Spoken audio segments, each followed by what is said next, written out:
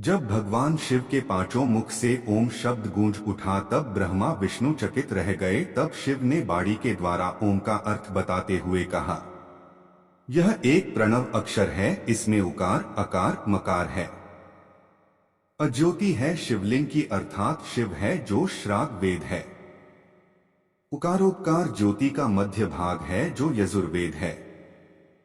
मकार ज्योति का अंतिम भाग है जो सामवेद है। आधि मात्रा नाद ज्योति का मस्तक है जो अथर्ववेद है। बिंदु पूर्ण ज्योति है जो ब्रह्मा विद्या स्वरूप है। प्रत्येक प्राणी मात्र के प्राण ओम ही होते हैं, क्योंकि वह बोलने में मुंह खुलता है और मैं बोलने पर मुक्त पूरी तरह बंद हो जाता है।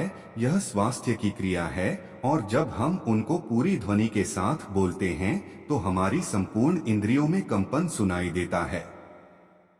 यही ऊ है कि ध्वनि स्वन्य में शाश्वत है, इसके बिना सारी सृष्टि संपूर्ण ब्रह्मांड अधूरा है।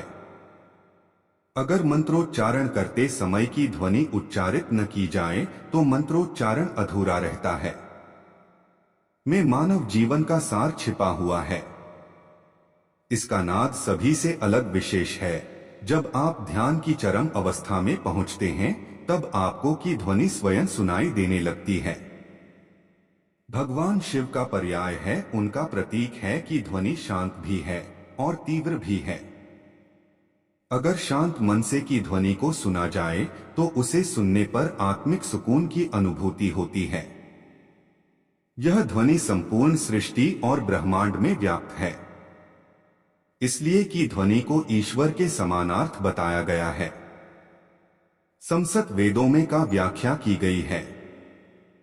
पुराणों में बताया गया है कि ध्वनि और प्रकाश के मिलन से ब्रह्मांड की उत्पत्ति हुई है। आज भी यह ध्वनि निरंतर रूप से जारी है। पूरे ब्रह्मांड में कंपन, ध्वनि और प्रकाश ही मौजूद है।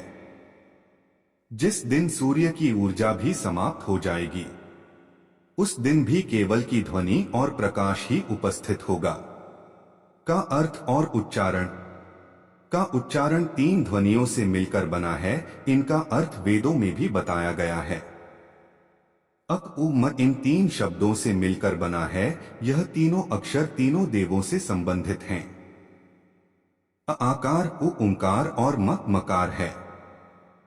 अक ब्रह्मा का बोध कराने वाला है तो वहीं उपालनकर्ता श्री हरि विष्णु का वाचक है।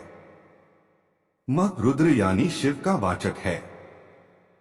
का उच्चारण करते समय की ध्वनि का त्याग हृदय में, उ की ध्वनि का त्याग कंठ में और म की ध्वनि का त्याग तालुमध्य में किया जाता है। का महत्व शब्दों में नहीं पिरोया जा सकता, केवल इसकी अनुभूति की जा सकती है। ओ उ और म तीन अक्षरों से बने की अपार महिमा है। इसके उच्चारण से नाभि, हृदय और आज्ञा चक्र जागृत हो जाता है। यह तीनों देवों ब्रह्मा, विष्णु, महेश के साथ तीनों लोकों का भी प्रतीक है। शास्त्रों में की ध्वनि के शतम अर्थात 100 से भी अधिक अर्थ बताए गए हैं। का उच्चारण मोक्ष की ओर ले जा सकता है। यह एकाक्षर मंत्र है, ही महामंत्र है। यह अनादि और अनंत तथा निर्वाण मोक्ष सभी का प्रतीक है। कैवल्य ज्ञान अर्थात ब्रह्म ज्ञान या आत्मज्ञान की चरम अवस्था में पहुंचना, यही चरम अवस्था योग की होती है। जब साधक ध्यान की अवस्था में शून्य की ओर चला जाता है, उस चरम सीमा पर पहुंचने पर व्यक्ति को की ध्वनि स्वयं ही सुनाई देने लगती है। से ही समस्त सृष्टि की उत्पत्ति है, तो के नाद में सृष्टि के अंत की क्षमता भी है। इसके नाद अर्थात ध्वनि में प्रलय को आमंत्रित करने की भी क्षमता है। यह समस्त ब्रह्मांड के विनाश की क्षमता रखता है। इसकी ध्वनि ब्रह्मांड की किसी भी अन्य वस्तु, प्राणी, ग्रह आदि से प्रभावशाली है। यह ध्वनि सूक्ष्म से ज्यादा सूक्ष्म हो सकती है तो वहीं यह विकराल से भी ज्यादा विकराल हो सकती है।